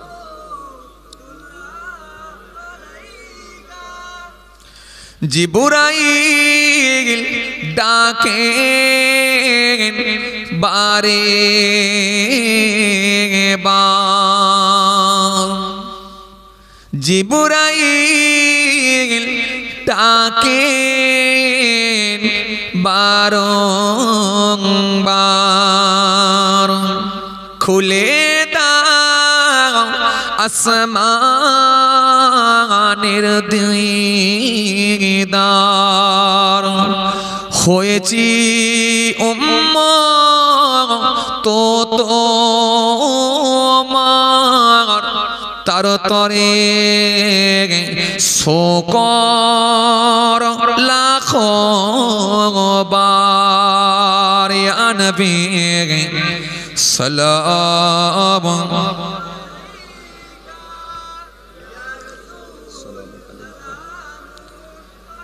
ইয়া হাবিব সালাম আলাইকা সালাওয়াতুল্লাহ আলাইকা সকলে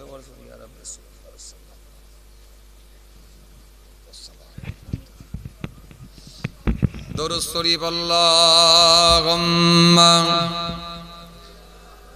সাল্লি আলা খাতালে চলে আসেন ওয়া আলা আলি সাইয়্যিদিনা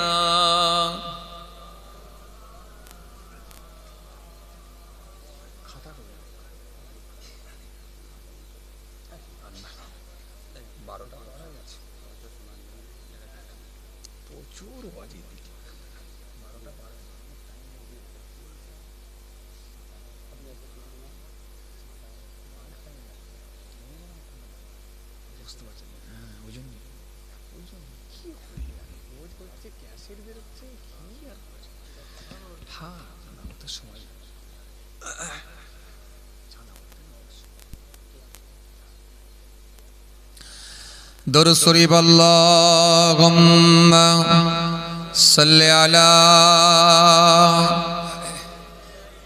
তাবারুক রেডি হয়ে গেছে মাশাআল্লাহ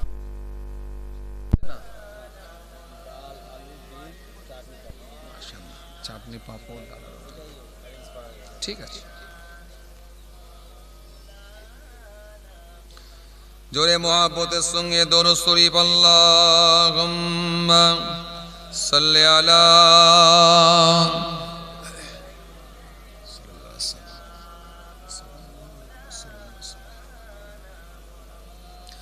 ওয়া আলা আলি সাইয়্যিদিনা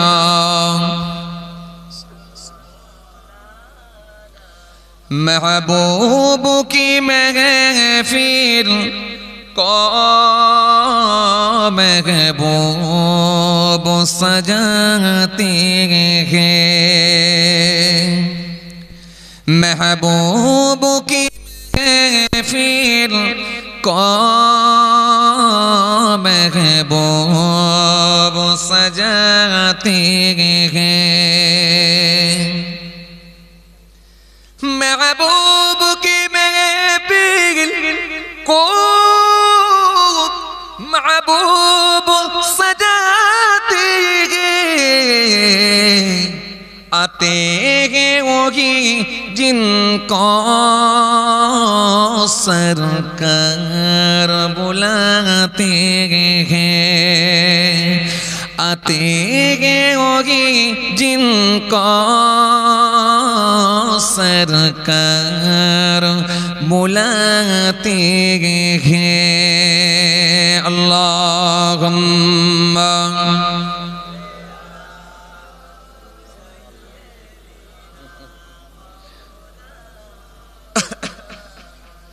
व अला आलि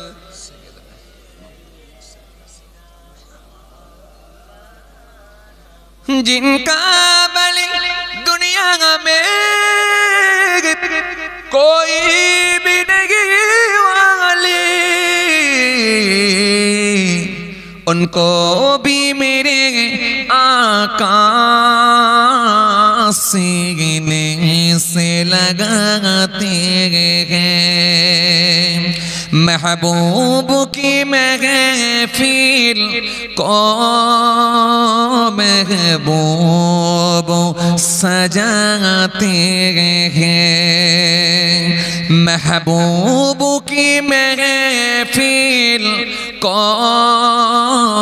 महबूब सजाते हैं आते हैं होगी जिनको सरकार बुलाते हैं अल्लाहुम्मा सय्यदना वला अली सय्यदना मौलाना मुहम्मद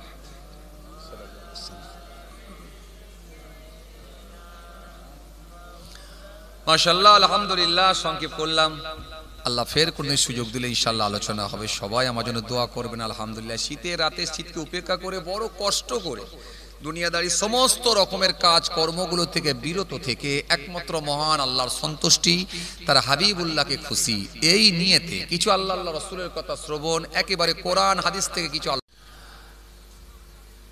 أعوذ بالله من الشيطان الرجيم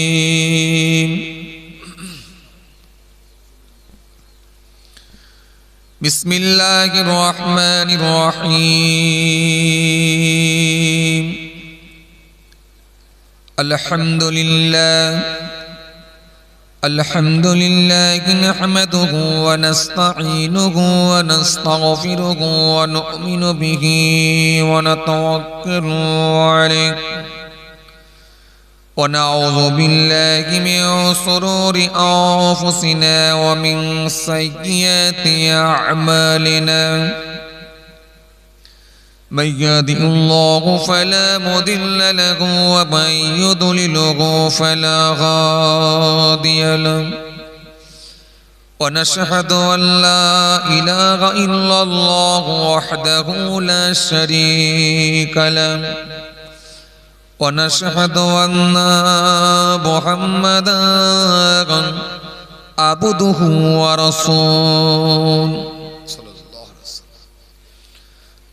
إن الله وملائكته يصلون على النبي يا أيها الذين آمنوا صلوا عليه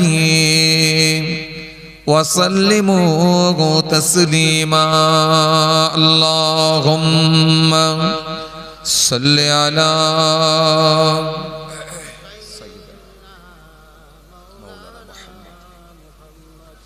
وعلى آل سيدنا একটু মহব্বতে পড়েন। আমি তো বললাম আপনারা লসে রান করছেন না, তাহলে আপনাদের বিজনেস চলছে তো। একটু মহব্বতে পড়েন, আন্তরিকতার সহিত পড়েন। নবী বলেছেন মান সাল্লাল্লাহু আলাইহি ওয়াহিদাতান সাল্লাল্লাহু আলাইহি আশারা, যে ব্যক্তি আমার উপরে একবার দরুদ শরীফ পড়ে আমার আল্লাহ তার উপরে 10টা করুণা 10টা রহমত বর্ষণ করে থাকেন।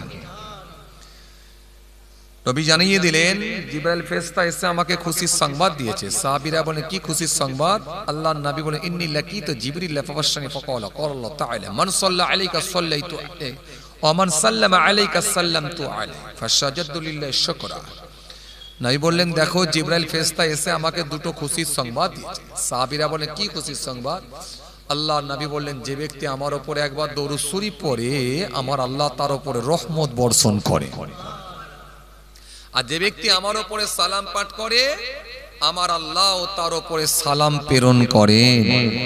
নবী বলছেন এটা শোনার সাথে সাথে আমি রাসূল থাকতে না পেরে শুকরিয়ায় সিজদায় পড়ে গেলাম। ফাসাজাদু লিল্লাহি শুকরা, আমি শুকরিয়ায় সিজদায় পড়ে গেলাম। তাহলে নবীর কথা আপনারে আমি আগে নেব না ছেড়ে দেব? নবীর কথা নেবেন না ছেড়ে দেবেন? তো নবীর কথা যদি আমাদের প্রত্যেকে গ্রহণ করতেই হয় তাহলে অবশ্যই আমাদেরকে একটু মহব্বতের সঙ্গে আন্তরিকতার সহিত একটু অন্তত মহব্বতে 2-4 বার আমরা দরুদ শরীফ পড়ে নিই। আল্লাহুম্মা সাল্লি আলা সাইয়্যিদিনা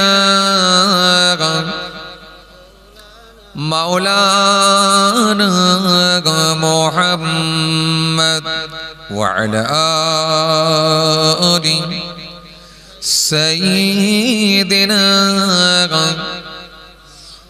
মাওলানা মুহাম্মদ। একটু মহব্বতের সঙ্গে পড়েন আল্লাহুম্মা সাল্লি আলা সাইয়্যিদিনা মাওলানা মুহাম্মদ ওয়া আলা আলি সাইয়্যিদিনা মাওলানা মুহাম্মদ। আরেকবার পড়েন আল্লাহুম্মা সাল্লি আলা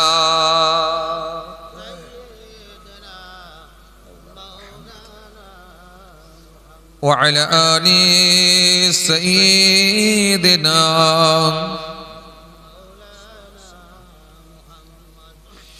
কি আসিয়া আকাশের চাঁদ দ্বিখণ্ড করিল কাকে দেখে বনের পশু চিনিয়া নিল সে যে মোদের নবী কামলি আলা একসাথে পরম মেঘ সাল্লি আলা আল্লাহুম্মা সাল্লি আলা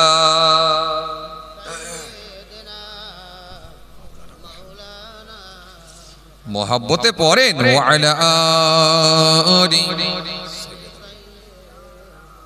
মাওলানা মুহাম্মদ।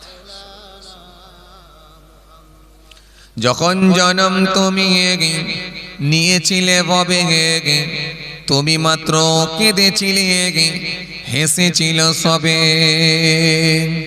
এমন জীবন হবে করিতে গঠন মরণে হাসিবে তুমি কাঁদিবে ভুবন আল্লাহুম্মা সাল্লি আলা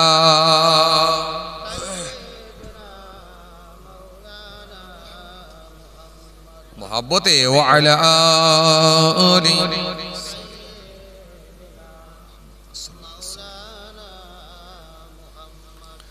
उनका दर चुंका सिला मिल गया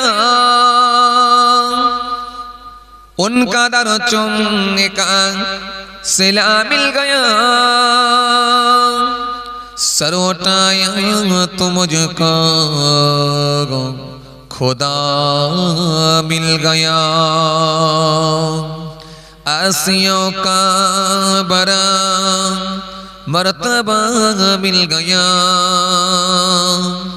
हसरे में दामने मुस्तफा मिल गया अल्लाहुम्मा सल्ली अला मौलाना मुहम्मद मोहब्बते पढ़ेन व अला आलि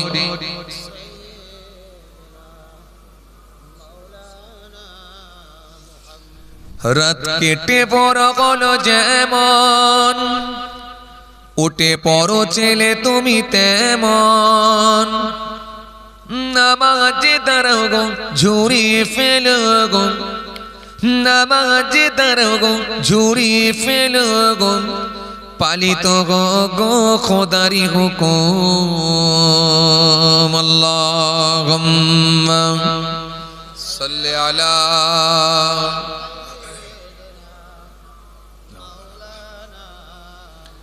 मोहब्बते पढ़ेन ना व अला आलि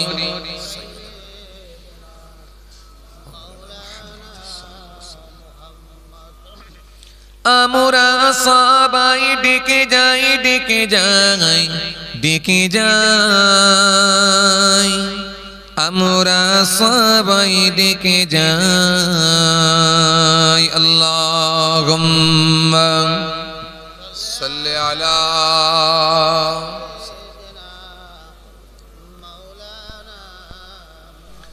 ওয়া আলা আলি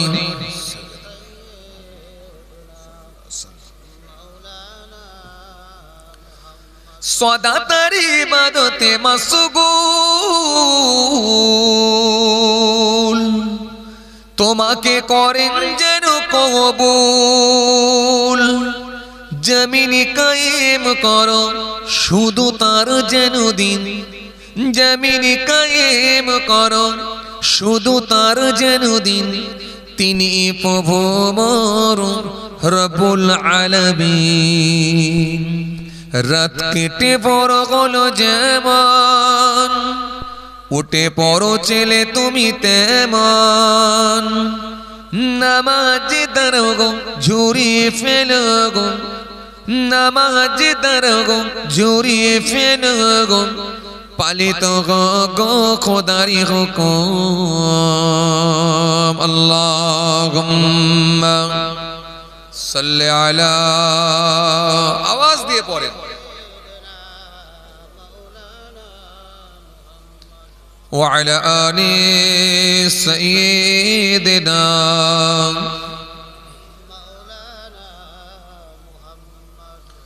وقال الله تعالى في كلامه المجيد والفرقان الحميد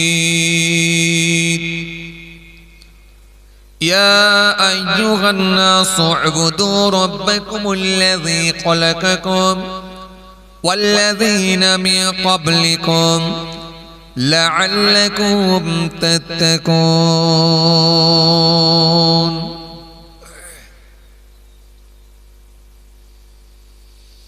وقال النبي صلى الله عليه وسلم حق المسلم على المسلم خمس رد السلام وإعادة المريض واتباع الجنائز وإذابة الدعوات وتثميت العاطف إلى آخر الحديث أو كما قال কারোর মোবাইলে লাইভ হচ্ছে না তো? হ্যাঁ, মাশাআল্লাহ। সদীয় দিনদার, ইমানদার, পরেজগার, মুত্তাকি, বয়োজ্যেষ্ঠ আল্লাহওয়ালা প্রবীণ মানুষেরা, আজকের মাহফিলে বসে থাকা নামাজি, রোজাদার, দিনদার, খোদা ভীরু আল্লাহওয়ালা মানুষেরা,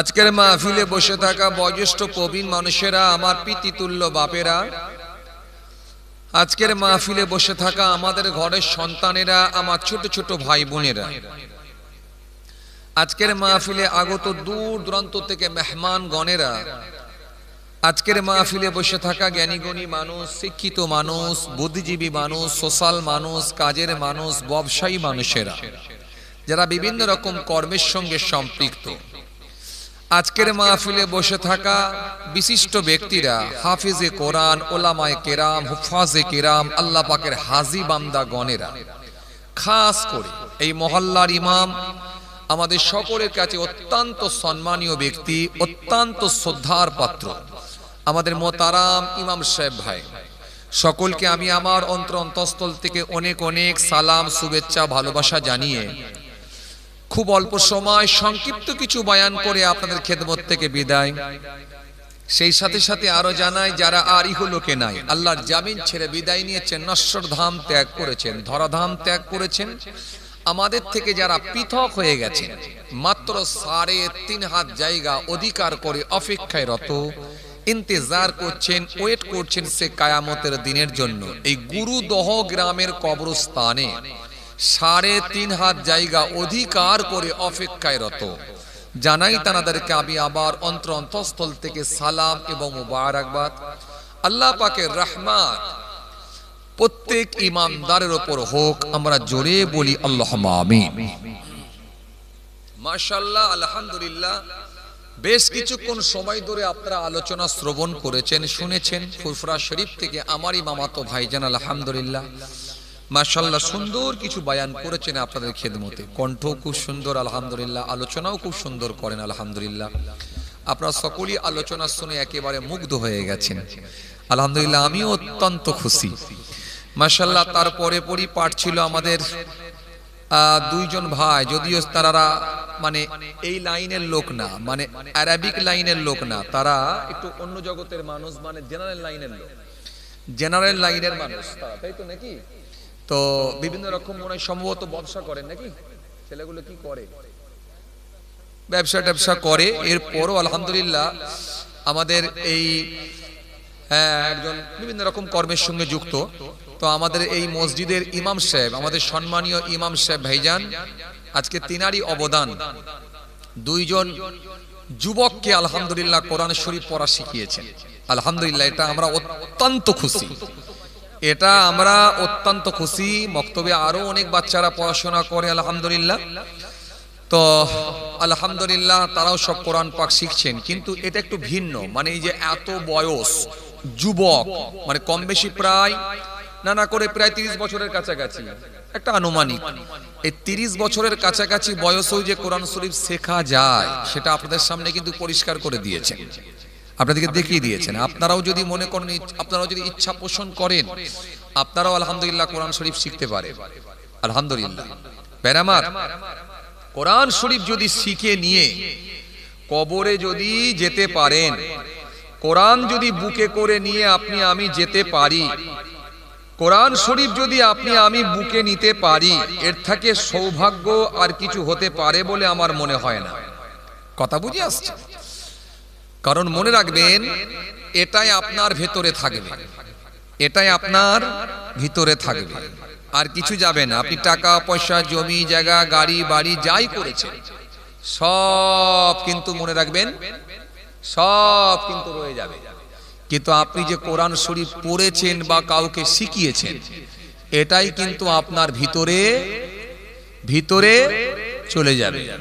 রাসূলুল্লাহ হাদিস দিয়েছেন, স্পষ্ট হাদিস এসেছে, আল্লাহ নবী সুন্দর করে বলেছেন, সাবউন তাজরিল আবদি বা'দা মাউতিহি ওয়া হুয়া ফি কবরিহি মান আল্লামা ইলমান আও কাসারা নাহরান আও হাফারা বীরান আও গারাসা নাখলান আও বানা মসজিদান আও ওয়ারাসা মাসহাফান আও তারাকা ওয়ালাদান ইস্তাগফিরুল্লাহু বা'দা মাউতিহি। রাসূল বলছেন, 7টা শ্রেণীর মানুষ যদি পৃথিবীর জমিনে কাজ করে যেতে পারে, এই 7 রকম কাজ আছে যদি পৃথিবীর জমিনে মানুষ করে যেতে পারে, মৃত্যুর পরে আল্লাহ রাব্বুল আলামিন কবরে পড়ে পড়ে সওয়াব জারি রেখে দেন। মান আল্লামা ইলমান, যে ইলম শিক্ষা করেছে এবং অপরকে শিখিয়েছে। কথা কিছু শুনছেন আমার? একটু মন টন খারাপ করবেন না। আপনারা ব্যবসা করতে বসেছেন, ব্যবসা করার মতো করেন। রাত 4টের সময় চায়ের দোকান খুলে দিয়ে যদি ঘুমিয়ে পড়েন, ঝিমিয়ে পড়েন, খদ্দের আসবে? কথা বলেন, তাও বলেন। রাত 4টের সময় চায়ের দোকান খুলে দিয়ে যদি বলেন চেয়ারে একটু ঘুমিয়ে নি, যার আসতে মন যায় আসবে, না আসতে মন যায় না আসবে, খদ্দের আসবে বলে মনে হয়? কাস্টমার আপনার দোকানে ঢুকবে, দূর থেকে দেখবে আর পালিয়ে যাবে, বলবে এই দোকান চালাতে এসেছে না ঘুমাতে এসেছে। তো এমনটাও তো হতে পারে, আল্লাহর ফেরেশতারা যখন নেকি লিখবে বলবে এই ঘুমাতে এসেছে না ওয়াজ শুনতে এসেছে। কথা মনে আপনারা আমার বুঝতে পারেনি না? আমার কথা বুঝতে পারেননি আপনারা? না কিছু বুঝতে পারছেন নাকি না? হ্যাঁ, আসেন কোরআনের মাহফিলে যখন আসবেন খুব মনোযোগ দিয়ে শ্রবণ করার চেষ্টা করবেন। একদম মনের দিক দিয়ে যেন কোনো সংকোচ না থাকে, মনের দিক দিয়ে যেন কোনো আপনার কি বলবো মানে যেন খারাপ ধারণা না আসে। আপনি এসেছেন কোরআনের মাহফিলে, তো আপনার ভেতরে আনন্দ থাকবে না কেন? আপনার মধ্যে আনন্দ থাকবে না কেন? আপনার মনটা এরকম থাকবে কেন? আপনি তো কোরআনের মাহফিলে এসেছেন। কোরআনের মাহফিলে আসলে মন খারাপ করে? হ্যাঁ হ্যাঁ, মন তো খারাপ হয়, হওয়া তো স্বাভাবিক। এই তো গতকাল কি বললো হুজুর, ব্যবসার অবস্থা ভালো নয়। তো ব্যবসার অবস্থা ভালো নয় তো কি হবে? এই তো শুরু হয়েছে বাবাজি, এই তো ব্যবসার অবস্থা ভালো নয় দেখছে, এরপর এখন অনেক কিছু দেখতে হবে, বাকি আছে। কি বলছেন আপনি? বিভিন্ন স্টেটের দিকে দেখছেন তো, কথা কয় না। বিভিন্ন রাজ্যের দিকে, বিভিন্ন স্টেটের দিকে দেখছেন তো, তাকাচ্ছেন তো নাকি? সোশ্যাল মিডিয়া দেখছেন তো কি অবস্থা চলছে, বুঝতে পারছেন তো? খালি বলছে সোজা করে দেবো। মনে হয় আপনার সোশ্যাল মিডিয়া দেখেননি, এই ইয়ং ছেলেগুলো দেখেনি। কি দেখে আল্লাহ জানে, বড় বড় মোবাইল তো সবার পকেটে আছে, কিছু খোঁজ খবর রাখে নাকি আমি জানি না। খালি বলছে সোজা করে দেবো। দেখছেন আপনারা? দেখছেন? এরপরও বুঝতে পারছেন তো, ঘুরে বেড়াচ্ছে। যারা বলছে সোজা করে দেবো তারা ঘুরে বেড়াচ্ছে, আর যারা সোজা হয়ে যাচ্ছে তাদের কি আবার আতঙ্কবাদী বলছে। বুঝতে পারছেন? এই হচ্ছে সমাজ। তো সুতরাং এই যে বিভিন্ন স্টেটের দিকে আপনারা দেখছেন, সারা পৃথিবীর দিকে দেখছেন, অবস্থা খুব খারাপ। এই তো ব্যবসা খারাপ দেখেছেন, এরপরে অনেক কিছু খারাপ আপনাকে দেখতে হবে। টার্গেট রাখেন একটাই, যে কোনো ভাবে ঈমানকে বাঁচিয়ে রেখে যেন কবরে ঢুকতে পারি, ঈমানকে বাঁচিয়ে রেখে যেন কবরে যেতে পারি, ব্যাস এটাই টার্গেট রাখেন, আর কিছু রাখতে হবে না। ছেলে মেয়েদের জন্য অনেক কিছু করে দিয়ে যাব, অনেক কিছু তারা সম্পত্তি রেখে দিয়ে যাব, এগুলো ছেড়ে দেন। ওগুলো রেখে দিয়ে যে খুব একটা আপনি উপকৃত হতে পারবেন না, ছেড়ে দেন, ছেড়ে দেন। আপনি ইমানকে বাঁচিয়ে নিয়ে কবরে যদি যেতে পারেন আপনি গেনার হবেন, আপনি সাকসেস হবেন। আমাদের আপনি যদি পূর্বের দিকে ফিরে যান, যত আউলিয়া কেরামদের আগমন ঘটেছিল, যত আল্লাহওয়ালা মানুষদের আগমন ঘটেছিল, তারা একটাই টার্গেট রেখেছিল, যেন ইমান বাঁচিয়ে কবরে যেতে পারি। অনেক সম্পত্তি করার দরকার নাই, অনেক জমি জায়গার দরকার নাই, অনেক ব্যবসার দরকার নাই, অনেক ইনকামের দরকার নাই, দরকার শুধু ইমান বাঁচিয়ে কবরে যাওয়া।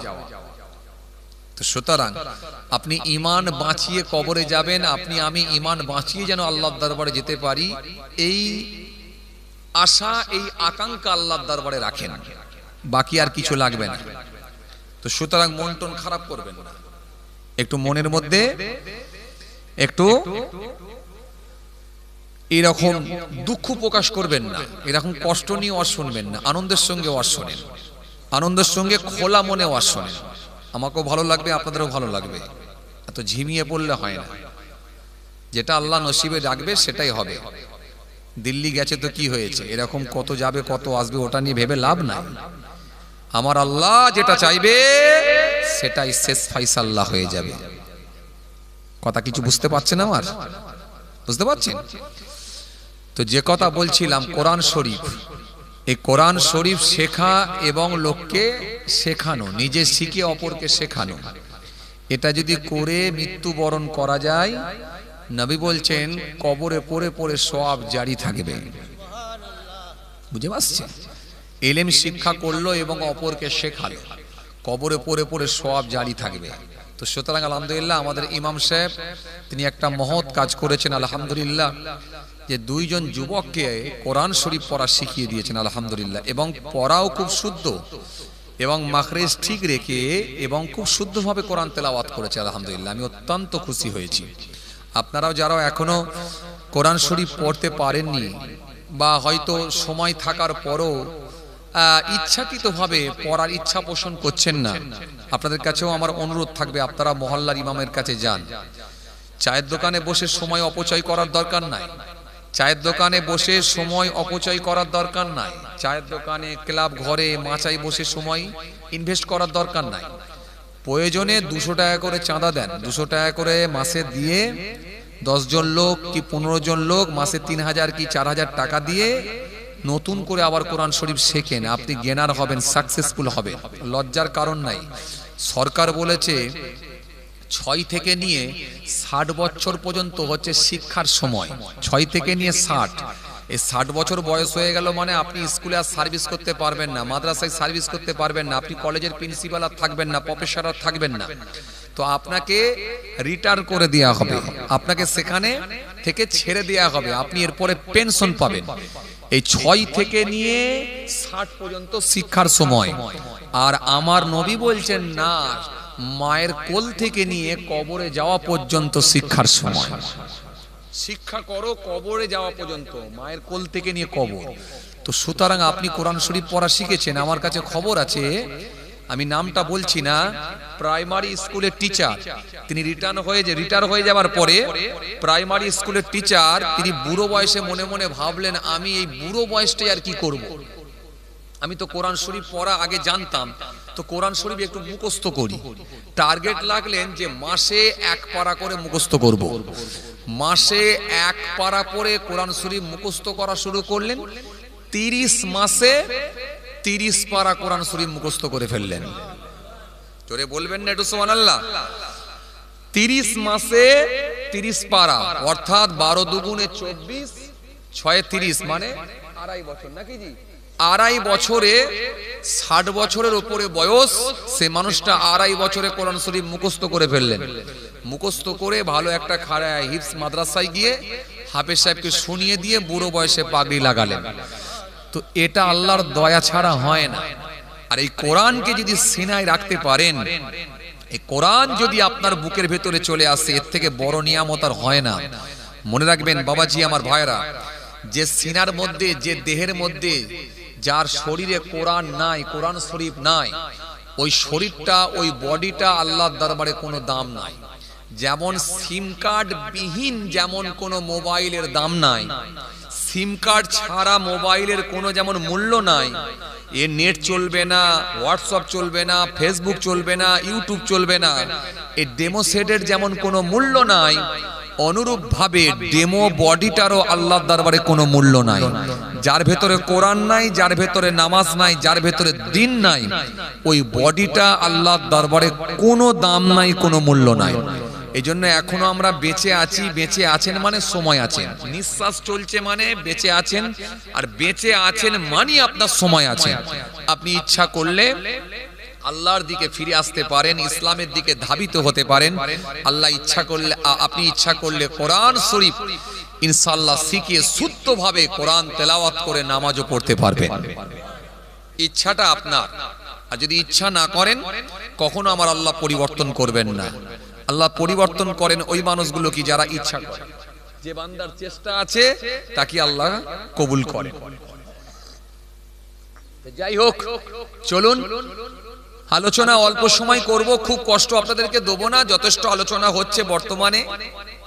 আর বর্তমানে খুব বেশি বেশি বেশি বেশি আপনারা ওয়াজ শুনছেন, আলহামদুলিল্লাহ। আর বর্তমানে এখন ওয়াজ শোনার ব্যবস্থাপনাটাও অনেক উন্নত মানের হয়ে গেছে। এই যে দেখছেন না, বড় বড় মোবাইল ফোন ক্যামেরা লাগানো আছে, কটা? এই 2, 4, 5টা, 5 আর 4 9, 9 2 11, 11 আর 2 13টা, 13খানা মোবাইল এখানে ক্যামেরা লাগানো আছে। তাহলে এই যে ওয়াজ শোনার ব্যবস্থাপনাটাও অনেক উন্নত মানের হয়ে গেছে। প্রত্যেকের পকেটে পকেটে এখন অ্যান্ড্রয়েড সেট মোবাইল ফোন। 299 299 টাকা রিচার্জ করলে আপাতত 28 দিনের জন্য সব হুজুর পকেটে। লম্বা হুজুর, খাটো হুজুর, রোগা হুজুর, মোটা হুজুর, কালো হুজুর, ফর্সা হুজুর, সব হুজুর পকেটে। 399 টাকা রিচার্জ করলে 84 দিন হুজুর পকেটে। আপনি 399 টাকা রিচার্জ করলে আপনি প্রত্যেকটা ভাষারই হুজুরের আপনি কি বলে 399 টাকা রিচার্জ করলে আপনি যে ভার্সনের মানুষ হন না কেন, যে ভাষারই মানুষ হন না কেন, আপনি সমস্ত ভাষারই বায়ান কিন্তু আপনি শুনতে পারবেন। আপনি যদি আমেরিকার মানুষ হন, এই আপনি যদি ইংরেজি ভার্সনের মানুষ হন, তো আমেরিকার হুজুরের ওয়াজ শুনবেন। আপনি যদি আরবি ভার্সনের মানুষ হন, তাহলে দুবাইয়ের হুজুরের ওয়াজ শুনবেন, কিংবা আরবের হুজুরের ওয়াজ শুনবেন। আপনি যদি উর্দু ভার্সনের মানুষ হন, কি হিন্দি ভার্সনের মানুষ হন, উর্দু ভার্সনের মানুষ হন, তাহলে আপনি পাকিস্তানের হুজুরের ওয়াজ শুনবেন। আর আপনি যদি বাংলা ভার্সনের মানুষ হন, পশ্চিম বাংলা তথা এই দেখো কি ডাকছে, দেখো বাবা ডাকছে, দেখো। আপনি যদি বাংলা ভার্সনের মানুষ হন, তাহলে আপনি পশ্চিম বাংলা তথা বিভিন্ন স্টেট যেখানে বাংলা ভাষাভাষীর মানুষ বসবাস করে, সে বাঙালি হুজুরদের বয়ান শুনতে পারবেন। এবং আমাদের পাশের দেশ, পাশের কান্ট্রি বাংলাদেশ তথা যেখানে বাংলা ভাষাভাষীর মানুষ বসবাস করে, সে বাঙালি হুজুরদের বয়ান কিন্তু আপনি শুনতে পারবেন। তার মানে এক কথায় আপনার আজকে সব রকম ভাবে সব ভাষাতেই আপনার ওয়াজ শোনার ব্যবস্থাপনা হয়ে গেছে। এরপরে আপনি বলতে পারবেন না যে আমি এটা জানি না, ওটা জানি না, এটা আমি জানি না, এটা করতে হতে জানি না। এগুলো নিশ্চিতভাবে অন্যায় ছাড়া অন্য কিছু না। আপনি সব জানেন। এই জেনে মেনে নেওয়া, এই মেনে নেওয়ার নাম হলো ইসলাম।